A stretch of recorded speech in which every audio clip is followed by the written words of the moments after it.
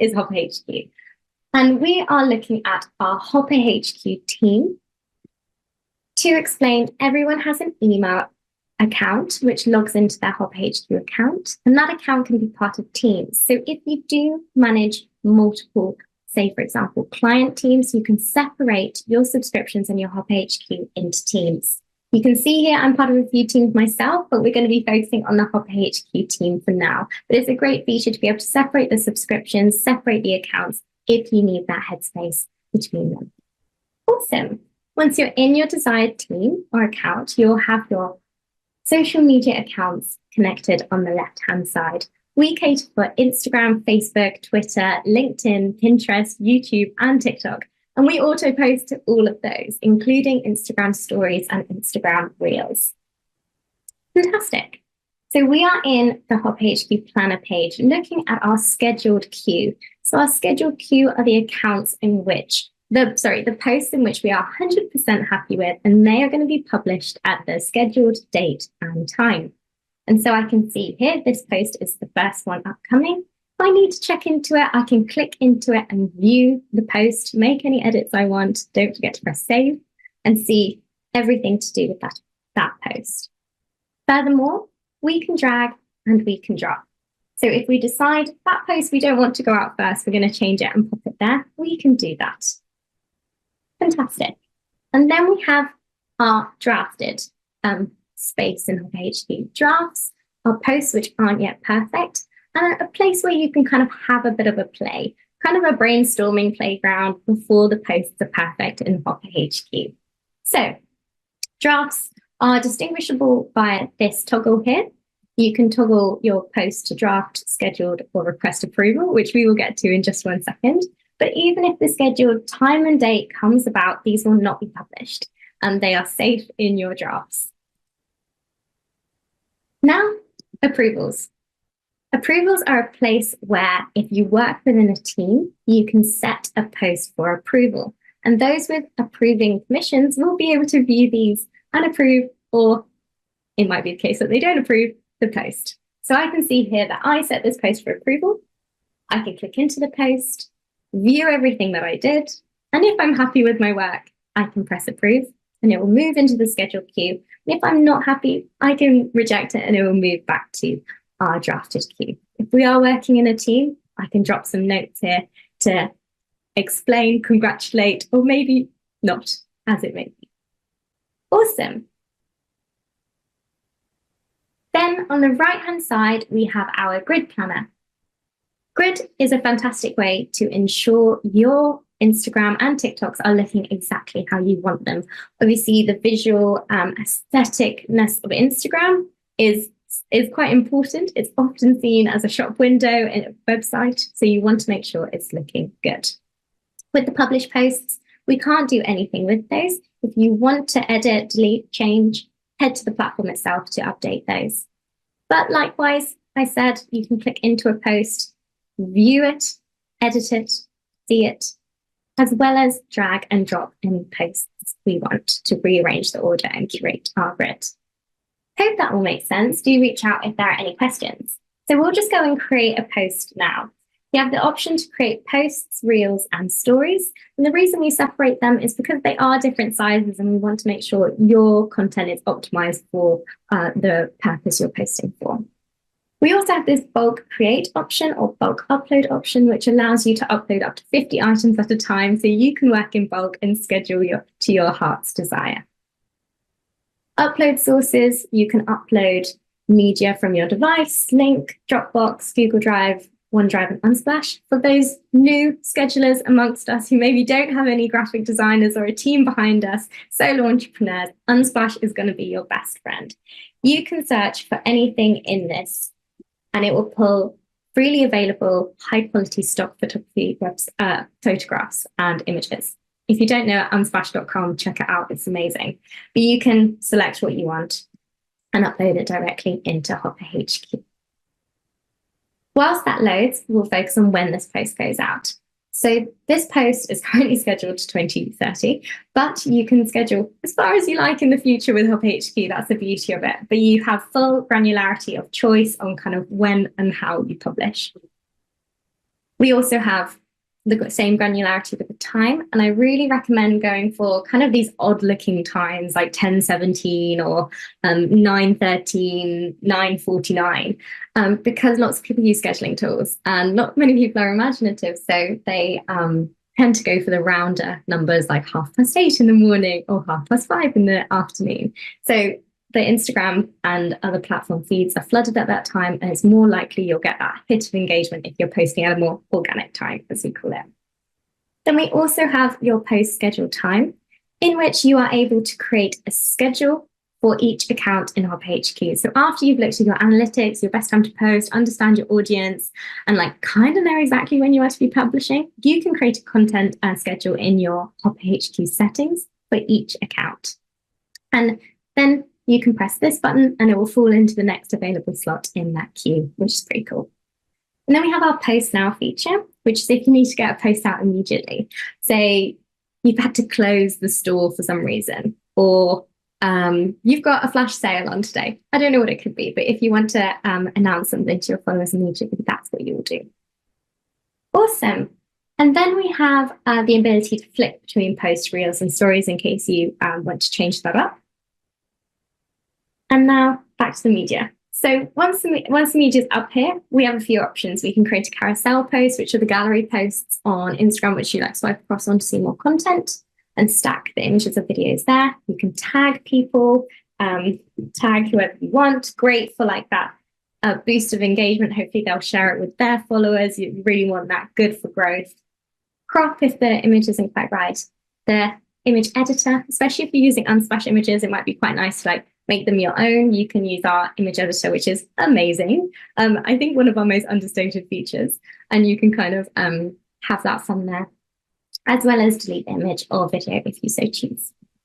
Next, we're on to the captions. So we have these amazing AI tools, which are still in beta. So do let us know if you have any feedback or improvements. We love to hear them. But we have this text transform, which if you have a general idea of what you want your caption to be, you can write it down in very bad English and use this not necessarily English, I'm assuming we're all English, but then we might not be, in your language. And you can use this button to transform the text into a perfect caption for you. As well, my favorite, this generate caption one. So it's going to use the image I've uploaded and create me a caption. And I'm going to go for a humorous tone caption. And hopefully it won't take too long, but it will generate me some options for an amazing caption. Let's see what I love it. Makes it so easy. Let's go for that one. And there you go. We also have this saved feature whereby you can have recurring content in here. So you can add a new saved feature, whatever it may be, have your saved content and save it, and you'll be able to insert it into your captions. So we have a recurring Monday post, we have a few hashtags here, like whatever you want, which might be recurring, you can do that. And just a note on that, recurring captions, hashtags, tags are the biggest trigger of spam features. Sorry, spam filters on the platforms themselves, especially Twitter and Instagram. They're the most sensitive. So if you do post the exact same thing again and again, your account will likely be flagged, and we really don't want that for any of our customers. Awesome. We have our hashtags, in which you can search for hashtags, type in any hashtags you want. It will pull up that hashtag, the reach of that hashtag, and you can kind of add that. So that's our search feature. And then we have this my hashtags, which are ones you've looked into our big hashtag database. I really recommend you have a look and have a play. And once you've had a look, you can create hashtag groups in which will live here, and you can insert them quite nicely into your caption. Let's go for this one. And they have a nice formatting about them, which we love.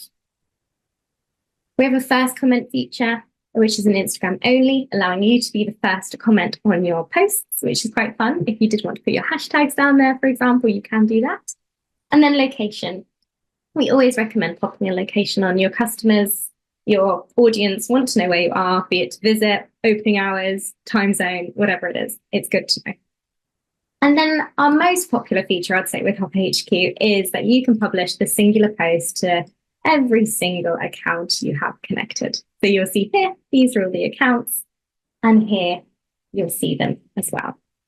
Obviously, different platforms have their own like limitations. So we can't post this to Twitter, for example, because it's too long, or to TikTok because it's too long. And then we need to kind of like play around with it and make it perfect. But if you did want to kind of have the same thing, you can create a copy of the post and make platform specific edits, which is quite cool.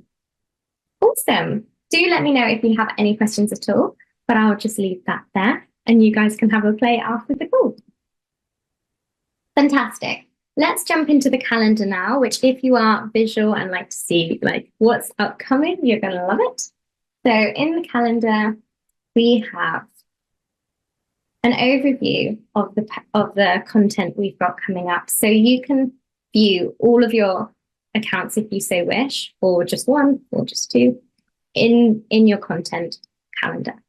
You can filter these to what's important for you. So if you have a load of drafts and you don't want to view them, you can toggle them off.